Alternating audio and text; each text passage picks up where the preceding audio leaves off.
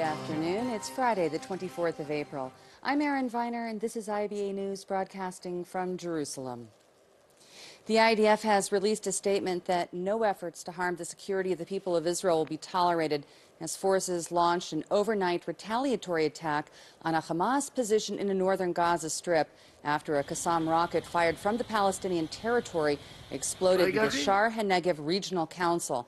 The attack marks the first time that missiles have been fired into the country since the start of the year, and they landed in an open field, causing no injuries or damage. Palestinian sources say that the IDF fire targeted and hit an open area near the rocket launching site. The government also declared that because of the incident, no Palestinian Muslim worshippers would be allowed passage from Gaza to the Al-Aqsa Mosque compound in Jerusalem's Old City to attend today's Islamic prayers. IDF officials say that they believe the attack was a one-time incident as opposed to an orchestrated campaign, and there is no indication of an escalation at this time. The Hamas rulers of Gaza have recently undertaken efforts to arrest and prevent more extremist groups from approaching the border area or firing into Israel. The rocket attack came just as the official state ceremonies celebrating Independence Day came to an end, with the awarding of the Israel Prize. 9 recipients were awarded the nation's highest civilian honor, which was mired in controversy this year after Prime Minister Benjamin Netanyahu, in his role as education minister, rejected 3 of the appointed judges on different panels in what was widely interpreted as political intervention, causing many of the justices to resign their positions and a number of candidates to withdraw their nominations. The High Court of Justice then ruled that the prize in literary research could not be awarded this year because by the time that Netanyahu was set to appoint a new committee, his appointment as education minister had expired and the position was left vacant. Turning now to coalition talks, which have resumed with full force following the break for Independence Day. With just 12 days left to present his new government to President Reuven Rivlin and no deals yet signed, Prime Minister Netanyahu scrambled today in his attempts to secure a ruling coalition while negotiating the conflicting interests of his potential partners. The Likud team met with representatives of the Shas faction this morning in hopes of finalizing an agreement. At the same time, the understanding with United Torah Judaism is reportedly near completion. Likud officials say that the Prime Minister wants the first coalition agreement to be with Kulanu at the beginning of next week, followed the next day by those with UTJ and Shas, and only then will talks with Habayit Yehudi and Israel Beitenu become more serious. The sources are also denying reports that Netanyahu and Moshe Kahlon of Kulanu have already reached a deal, and say that the members of the party's negotiating teams will only begin the drafting of an agreement when they meet on Sunday. Likud will reportedly not sign a coalition deal with any party without Kahlon's approval, who's set to become finance minister of the next government. One remaining major stumbling block in building the coalition is the ongoing dispute between Habayit Yehudi and Shas over the religious affairs portfolio. Today, Netanyahu is meeting with Habayit Yehudi leader Naftali Bennett, who tweeted on Monday that negotiations with his party will end if that portfolio is taken away from religious Zionism and given to Shas. In an apparent effort to ease recent diplomatic tensions, U.S. Vice President Joe Biden has promised the delivery of top-flight F-35 jets to Israel to help maintain Israel's military edge in the Middle East. While speaking to those gathered at an Independence Day celebration hosted by the Israeli embassy in Washington, Biden also vowed that Israel's security will be ensured in the nuclear negotiations with Iran. You all know the stories of the Iron Dome. What you may not know is that next year we will deliver to Israel the F-35 Joint Strike Fighter, our finest, making Israel the only country in the Middle East with a 5th-generation aircraft. No other. If the final deal on the table doesn't meet the president's requirements, we simply will not sign it. A final deal must effectively cut off Iran's pathway to a bomb. If it doesn't, no deal. A final deal must ensure a breakout timeline, at least for 1 year, for at least a decade. If it doesn't, no deal. A final deal must include phased sanction relief, calibrated against Iran taking meaningful steps to constrain their program. If it doesn't, no deal. A final deal must provide a verifiable assurance to the international community demands to ensure that Iran's program is effectively peaceful going forward. If it doesn't, no deal. And if Iran cheats at any time and goes for a nuclear weapon, every option we have to respond today remains on the table, and your military will tell you, and more. Despite the reassurance from Biden, U.S. President Barack Obama recently told a group of American Jews at the White House that he won't meet with Prime Minister Netanyahu until the conclusion of the nuclear negotiations with Iran. The latest round of diplomacy opened in Vienna this week, for the first time since the securing of a framework accord on April 2nd. Senior foreign policy officials from 6 world powers are meeting with the Iranian delegation at a luxury hotel in the Austrian capital today, following up on the Thursday meeting between U.S. Undersecretary of State Wendy Sherman and her counterpart from Tehran, Abbas Araghchi, and bilateral talks between representatives from the European Union and the Islamic Republic on Wednesday. The P5+1 nations are now in the final stages of their mission to reach a comprehensive long-term nuclear deal by the June 30th deadline.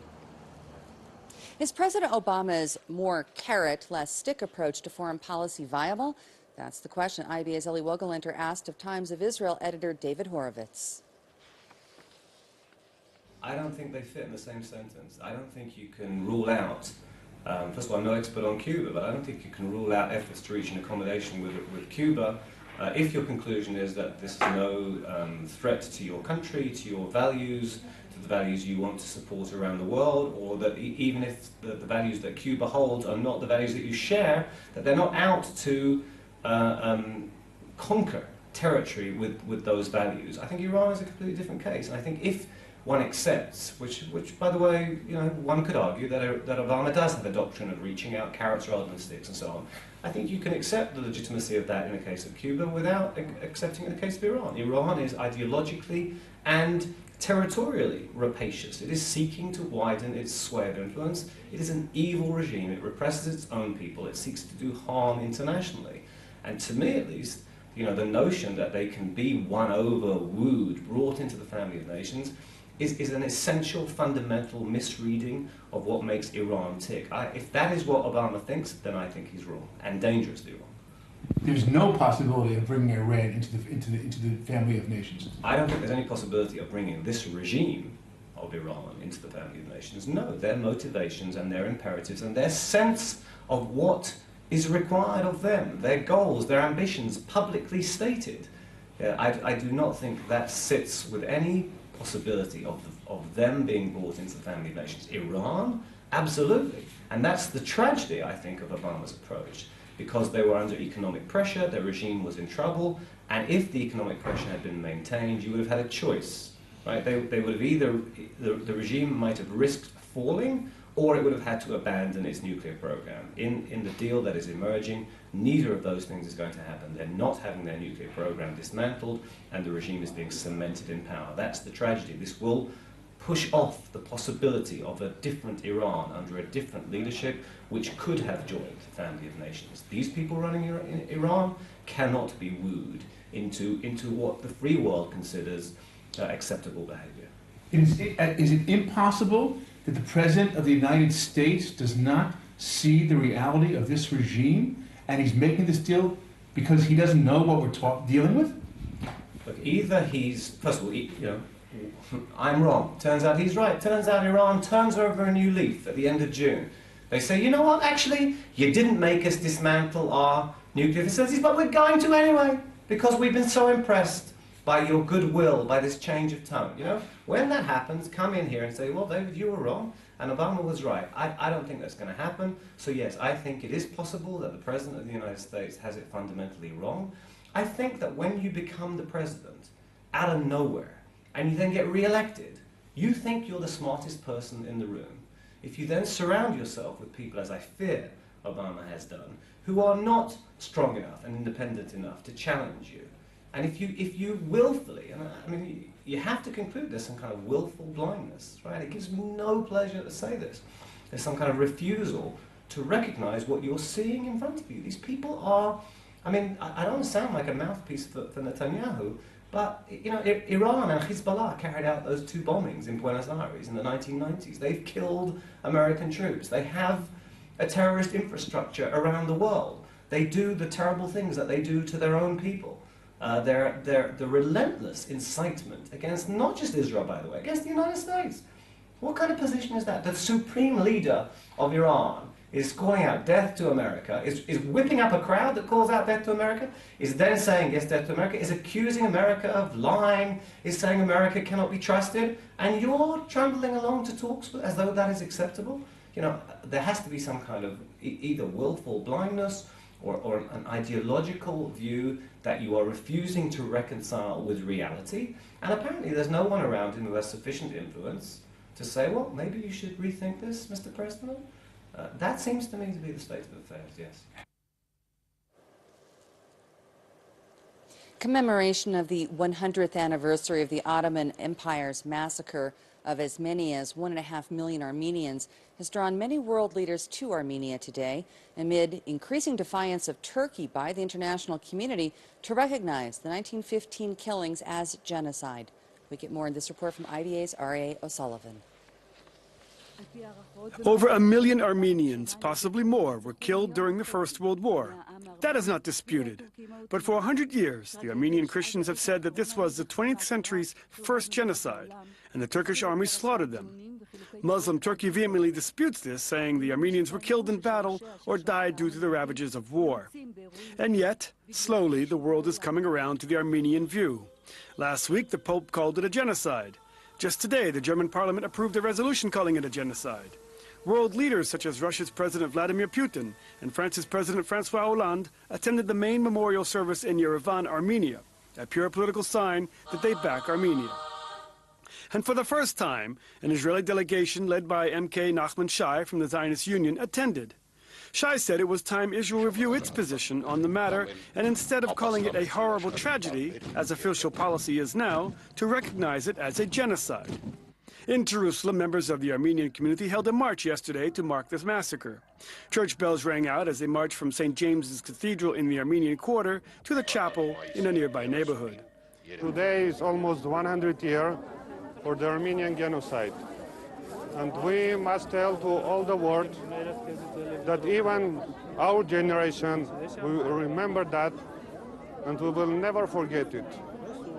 All the countries like Turkey and all other European countries must know that. They know that, but they must tell to the world what they did. Even after a century, Turkey and Armenia remain foes. They have no diplomatic ties. Turkey has threatened countries who insist on calling it a genocide. Turkish President Tayyip Erdogan lashed out at the Armenian diaspora for trying to use the killings for political gain. And still, 100 years later, this remains an open wound. Ariel Sullivan for IBA News. The name of Palestinian teenager Mohammed Abu Khader, who was allegedly abducted and murdered by Jewish extremists last July, will be removed from the National Monument to the memory of victims of terrorism on Mount Herzl at the request of his family. Abu Khader's parents said that they were upset that Israeli authorities failed to consult them before adding their son's name to the list, and that they have no interest in receiving recognition from the State of Israel because they don't want to be associated in any way with a regime that kills Palestinians. The addition of Abu Khader's name created much controversy elsewhere as well. The Al-Maghor Terror Victims Organization protested the inclusion, as did several bereaved Israelis whose family members were murdered by Palestinians, including Yossi Mendelevich, whose 13-year-old son Yuval was killed in a suicide bus bombing in Haifa 12 years ago. Should take into consideration is the fact that there are two different narratives, and the commemoration monument should not build up for victim of terror at large, but for victim of Jewish victims that killed from Arabic terror. The 60-year-old resident of Tel Aviv, found bound and stabbed in the trunk of his car in East Jerusalem by police, remains hospitalized in moderate condition following what investigators say was a criminal and not a nationalistic attack. The victim was discovered after a patrol unit attempted to pull over a vehicle driven by two Palestinians in the capital late last night, who instead led them on a dramatic car chase in the direction of the Arab neighborhood of Atur. After the driver lost control and crashed into a number of parked cars, the two tried to flee on foot but were captured by additional forces who'd been called in to block major intersections in the area. During a search of the scene, police heard the victims' pleas for help from inside the trunk. Investigators say that earlier in the evening, the two East Jerusalem residents, who are aged 19 and 20, met the victim in Tel Aviv and asked for his help, but instead attacked him after he let them enter his car. Both the suspects have criminal records, and one was just released from prison for armed robbery. The U.S. government has revealed the inadvertent deaths of a Jewish American and an Italian national being held hostage by al-Qaeda during an American drone strike on a compound in Pakistan earlier this year. U.S. President Obama said that he assumes full responsibility for the counterterrorist mission as he described what the strike was aimed at achieving. I want to express our grief and condolences to the families of two hostages.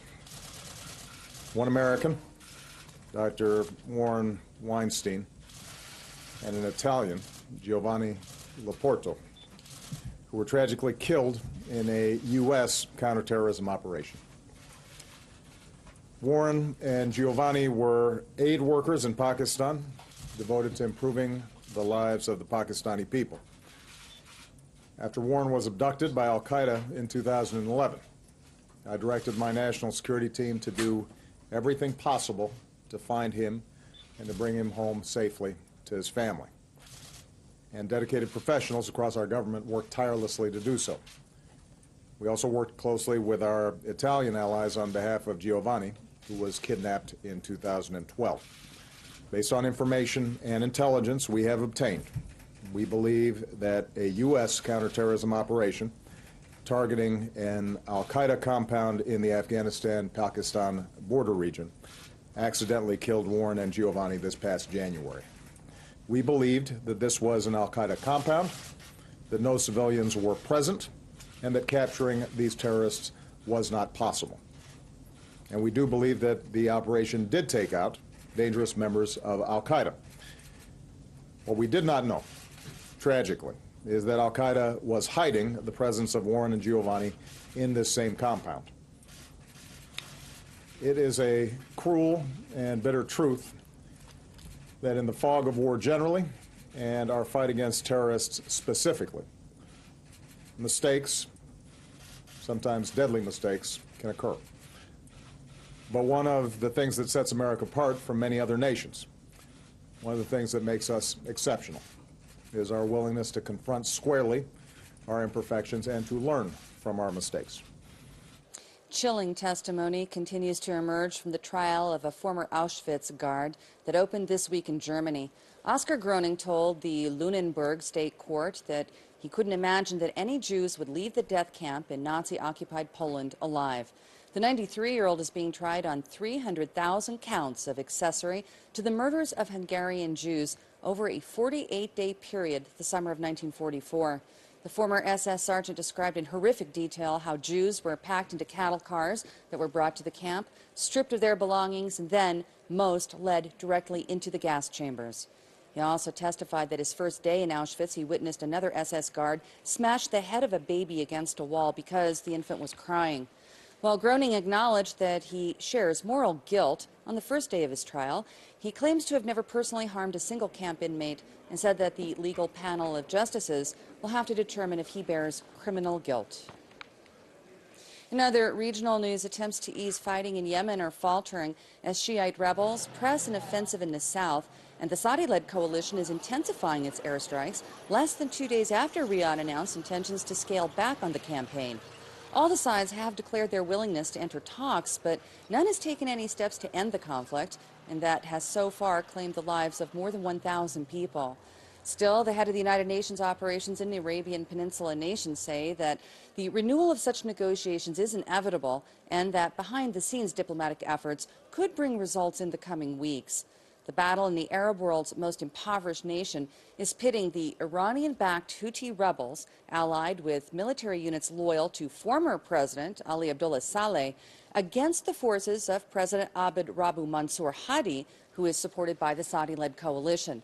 Although Hadi is Yemen's internationally recognized leader, he was forced to first flee the capital in January and also his southern stronghold of Aden last month as the Shiite insurgent Houthis advanced toward the strategic port city. Here at home and in financial news, the shekel today ended the trading week with a mixed performance against all foreign major currencies. And due to the closure of the stock market for Independence Day as well as on Fridays, here's a look at the closing numbers for the week.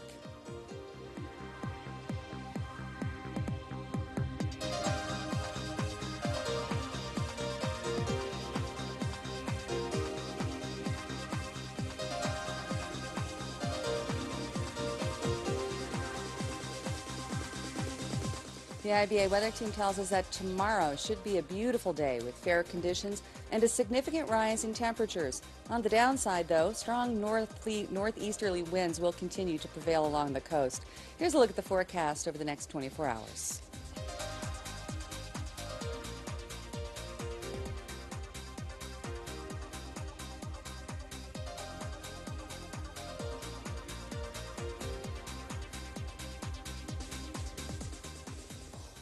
Thank you for being with us this afternoon. We hope you'll join us again tomorrow, and I'll be back to bring you the latest breaking news from Israel. I'm Erin Viner, wishing you a wonderful evening, and Shabbat Shalom from Jerusalem.